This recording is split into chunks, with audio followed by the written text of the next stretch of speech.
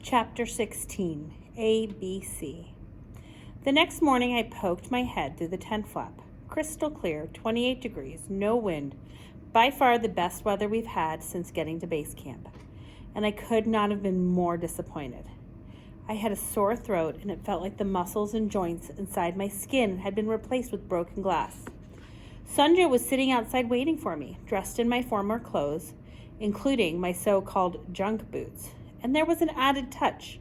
The Peak Experience logo had been sewn on both the parka and his stocking cap. I thought Zopa had traded all that stuff away.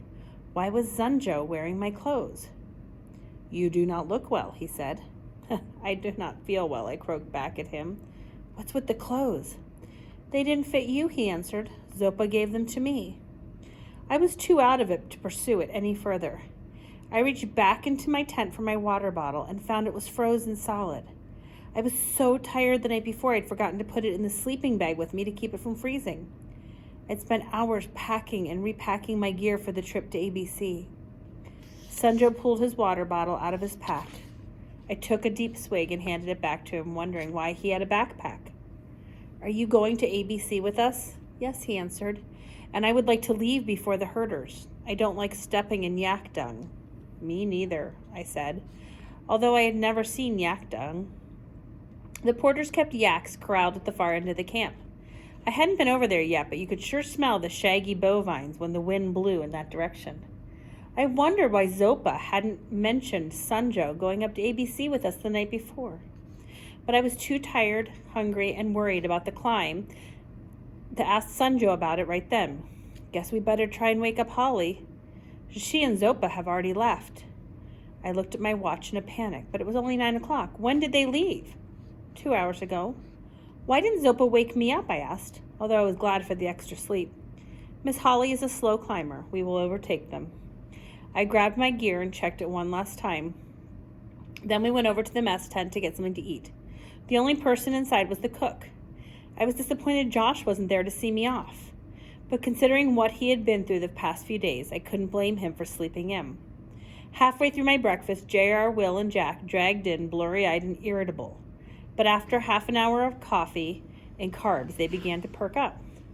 "Let's get this over with," Will said, smearing glacial cream on his face to prevent it from burning. At first it appeared that Holly was a faster climber than Sanjo thought. But her speed was explained a few hours later when we finally caught up to her near a stream of glacial meltwater. Zopa had been carrying both his and Holly's heavy pack as they made their way to the steep glacier. Even without the backpack, she was having a hard time catching her breath. She tried to smile when she saw us, but couldn't quite manage it. Zopa looked a little haggard too, which wasn't too surprising considering he was carrying as much weight as a yak. Speaking of which, the yak herd had been gaining on us all day and was now less than 100 yards behind. Each yak carried over 100 pounds of supplies and their own fodder. There was nothing else for them to eat at this high. With a grim expression, Zopa looked at the long line of animals. I guess he didn't want to trudge through their dung any more than we did. "Those cows are going to ruin our shots," JR said. "They're not cows, they're yaks," I said. "And how are they going to ruin your shots? We're filming you, not a bunch of herders and their yaks." I thought that at 19,000 feet, all my hot buttons were out of reach. But JR had managed to punch one of them dead center. I hated television documentaries where they filmed the intrepid scientist or climber explorer in the middle of some dreadful hostile environment all alone. Oh yeah? Then who's operating the camera as they battle the elements all alone? Back at base camp, I'd overheard climbers complaining about the filthy porters and herders and their stinking yaks. When something was missing from one of the camps, the porters and the herders were always the first suspects. I'm sure I didn't want to step in yak dung, but it was pretty humbling to hear those herders and porters and their cheap boots, ratty clothes, heavy packs coming up behind us with the strength and breath to whistle, chant, and sing as they hauled our gear up the mountain. None of us were whistling or singing, and we were carrying a tenth of what they had on their backs. Without those herders, yaks, and porters, we wouldn't be here, I said to JR. Leaving them out of the film is like leaving Everest out of the film. They're more important to a climber getting to the summit than the climber. I didn't have any breath for any more. but I think made my point because Zopa laughed long and hard, which is hard to do at this altitude. And when the yaks and herders and porters reached us, JR filmed the entire procession crossing the stream, including the bloody spots in the snow left by the yaks that had cut their hooves on sharp rocks. We gladly followed their dung trail all the way up to the intermediate camp. The camp wasn't exactly what I expected. It was located at the very edge of an unstable cliff above a roaring glacial river. Behind us was a slope that looked like it was going to come tumbling down on top of us. I pointed out these two potential disasters to Zopa, and as an exclamation point, a boulder popped loose and came tumbling down the slope, sliding to a stop about 50 feet from where we were standing.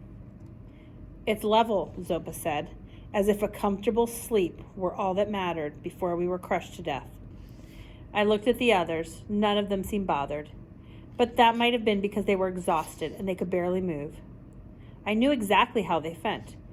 The simplest tasks seemed to take forever, and we weren't even at ABC yet. There were 3 hired camps above that. After setting up our tent, Sunjo and I had decided to bunk together so we didn't have to carry an extra tent. We set up Holly's. She didn't utter a single word since we caught up to her. She was sitting slumped on a flat rock like a puppet with its strings cut, watching us through dull, lifeless eyes. Sunjo went to help Zopa and the other Sherpas get dinner ready, and I walked over and asked Holly how she was doing. Shook several deep breaths, and on the last exhale managed a wheezy, "Fine." At sea level, anyone who looked like she did would be in the back of an ambulance on the way to emergency. But at 19,028 feet, the emergency threshold and proportionately higher. Even so, I didn't like Holly's chances for getting any farther up the mountain in the condition she was in. A shot of O's would perk her right up, but it would also defeat the purpose of acclimatization. Her body was actually climbing as she was slumped on that cold rock, which was the whole purpose of climb high, sleep low. Red blood cells are multiplying by the millions to protect our bodies from the thin air. The new red cells stick around during the rest periods at low altitudes, make it easier the next time you go up. So even though, "Shut up, Peak," Holly managed to say with a small smile. "What?" "I know how red blood cells work." I stared at her completely dumbfounded until I realized, somewhere in the middle of my thoughts, I'd started talking out loud without realizing it, which should give you an idea of what kind of shape I was in. "Sorry." Holly nodded. Help me to my tent." When I got her up, she swayed, but a couple of shallow breaths steadied her. It took us a good 5 minutes to walk the 15 feet to the tent. By the time we got there, we were both gasping. It felt like somebody had cut my springs. What was happening to me? I deposited Holly in her tent, then slowly made my way to Sunjo and Zopa, wondering if I was going to make it without collapsing. Zopa handed me a cup. I took it from him, and I wasn't sure what I was supposed to do with it. "Drink," he said. Oh, yeah, I thought sluggishly. A cup. You drink from it. The first slip flowed down my esophagus and hit my belly like some kind of magic elixir. "What is this stuff?" Zopa stared at me. "Tea?" he said, "with sugar?" "What kind of tea?" "Plain old green tea." He reached inside the pocket of my Gore-Tex coat, pulled out my water bottle, and shook it. It was nearly full. "Dehydration," he said. "You are not drinking enough. This will kill you faster than the thin air." He nodded towards Sunjo, who also had his hands around a mug of tea.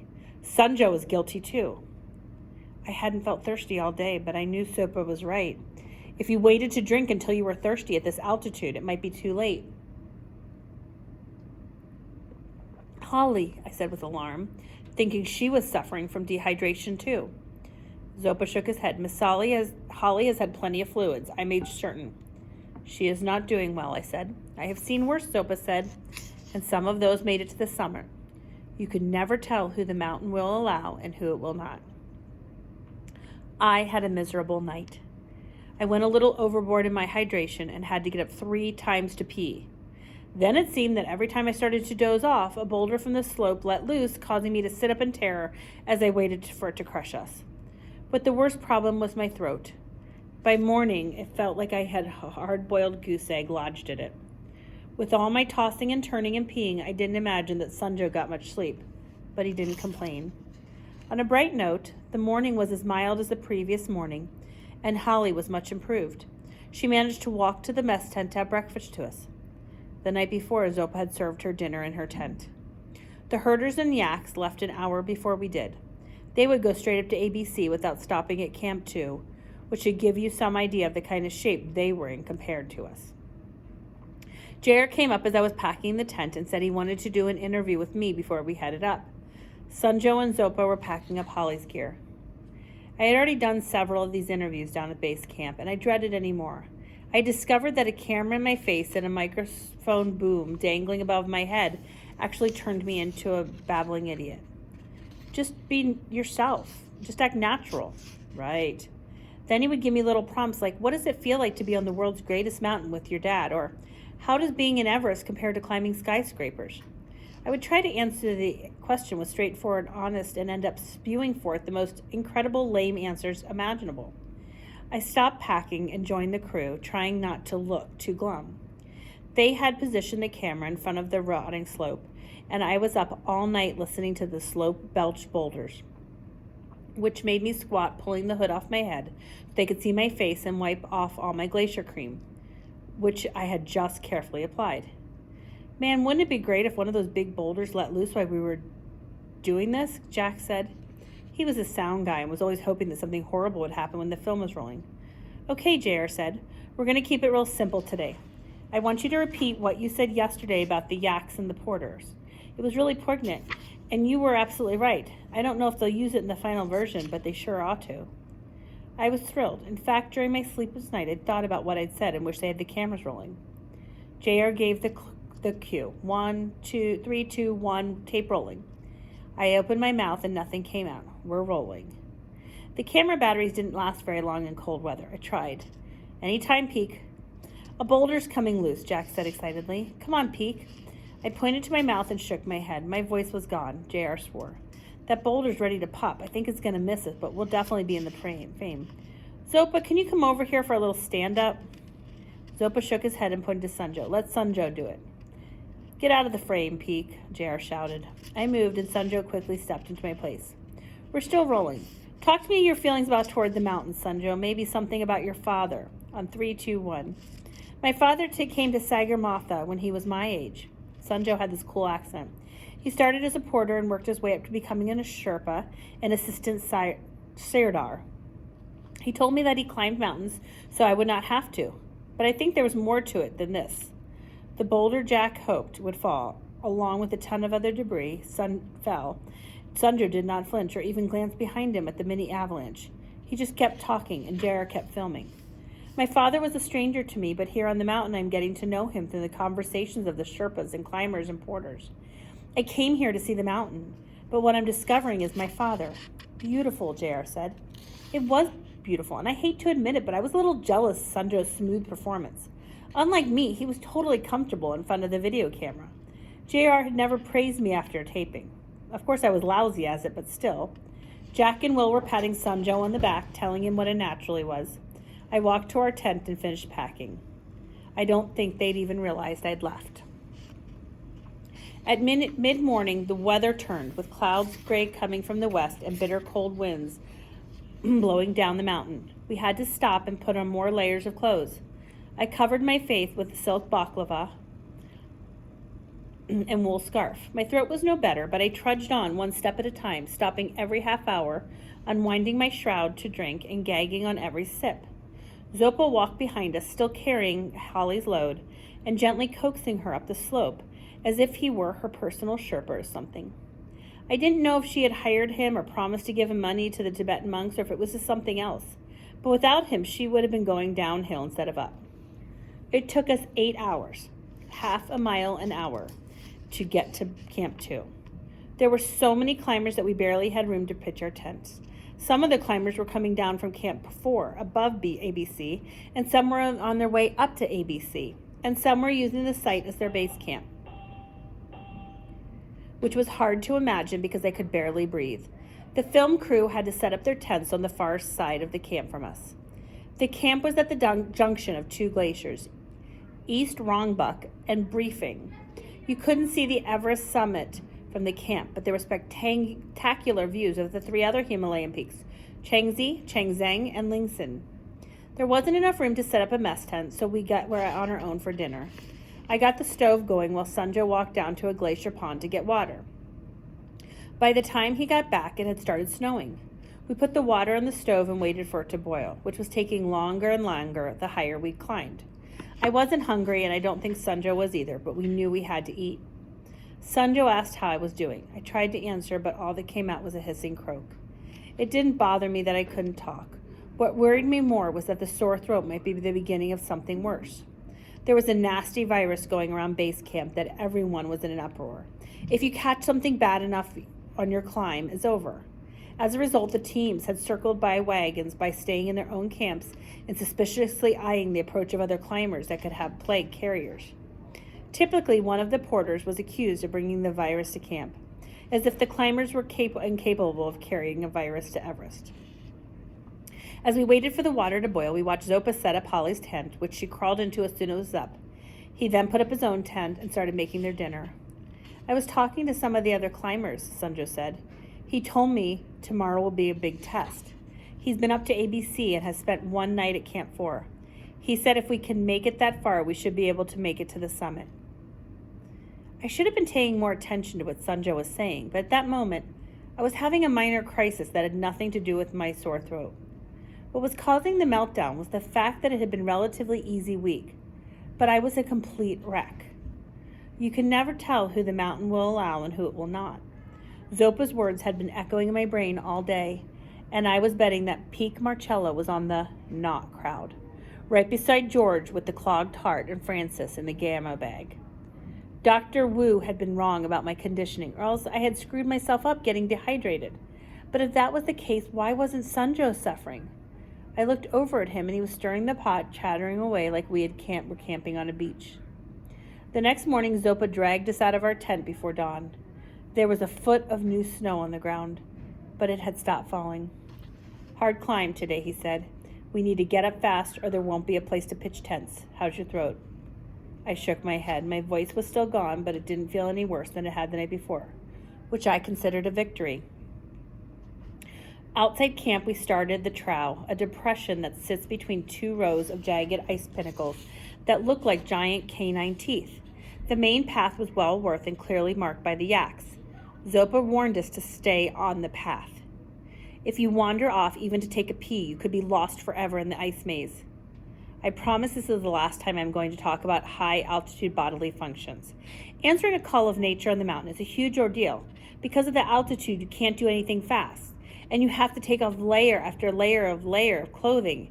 It can delay your climb by half an hour or more, which can ruin your chances of getting higher because the bad weather moves so quickly. That is why you try to take care of all this before you leave camp. About noon, we run into the porters, yaks, and herders heading down to base camp. They were still whistling and singing, and I was tempted to get in line with them. I think the only thing that stopped me was Holly had been in front of me all day long, and I wasn't about to let her get any higher up the mountain than me. 2 hours later, we got our first look at ABC. Sanjo pointed the tiny colored tents in the distance, but the camp wasn't as close as it looked. It was 3 more torturous hours away. The only bright spot was that Sanjo and I managed to pass Holly and Zopa about 100 yards before they reached camp. ABC, 21,161 feet, higher than Kilimanjaro and Mount McKinley. And I felt it. The crude camp made every other place we'd stayed seem like paradise. It was situated on a pile of rubble between a glacier that looked like it had been formed by frozen sewage and a rotten rock wall. The ground was littered with ankle-breaking rocks and life-ending crevasses. JR filmed our triumphant arrival, and I barely had the strength to look at the camera as I trudged by it. There was only 6 tents set up, so there was plenty of room for us to stake an area for the team. Unlike at base camp, people weren't wandering around socializing. They were either too pooped to move or terrified about twisting something this close to the top. By the time Zopa and Holly arrived, we had our tents set and a fire going from the wood the porters had left. "How's your throat?" Holly asked. Sunjo and I nearly fell off the rocks we were sitting on. This was the first full sentence she'd put together since we left base camp, and her voice sounded normal. We had passed her, and she seemed in better shape than we were. "It's still sore," I said difficultly. "I think there's a doctor up here," she said. "I'll go find him." By the time we had her tent up, she was back with the doctor. He looked like he needed a doctor himself, but he examined my throat, then called Leah Krieger down at base camp. They decided to put me on antibiotics. Josh came on the radio and asked how it was going. I couldn't answer, so I turned over the radio to Holly, who gave a glowing report. Josh said they were headed up to ABC, then Camp 4 for a night, and would no doubt see us on our way down. I should mention something about the radios here. The frequencies were wide open, and people had nothing better to do than to sit in their tents and monitor the chatter. This included Captain Scheck and the soldiers, and as a result, everyone was careful about what they talked about, especially expedition leaders like Josh. The next day was basically spent lying in our tents trying to breathe, hoping that our blood cells were doing what they were supposed to be doing. When we moved, it was in slow motion like we were on the moon. You'd get a plate of food, stare at it, think for a couple minutes had passed, and tell yourself you should try to eat before it cooled off. Fork to mouth, ice cold. Huh? Look at your watch. Half an hour. How? By the morning we left, the antibiotics had kicked in and my throat was better. I even managed to croak out a couple of understandable sentences. Sunjo, on the other hand, wasn't feeling good. He had spent a good deal of the night vomiting outside our tent door. Every time he puked, Zopa would come over and make him drink, worried about dehydration. I felt bad for him, but to be honest, his getting sick perked me up a little bit. Terrible, I know. I felt better knowing I wasn't the only one having a difficult time. The 3-day trip took us 9 hours to complete on the way down. We ran into Josh between the first and second camps. He asked how my throat was and then continued toward ABC, shouting down to us that he'd see us in a few days. Holly not only carried her own backpack on the way down, she beat us to base camp by a half hour. You can never tell who the mountain will allow and who it will not.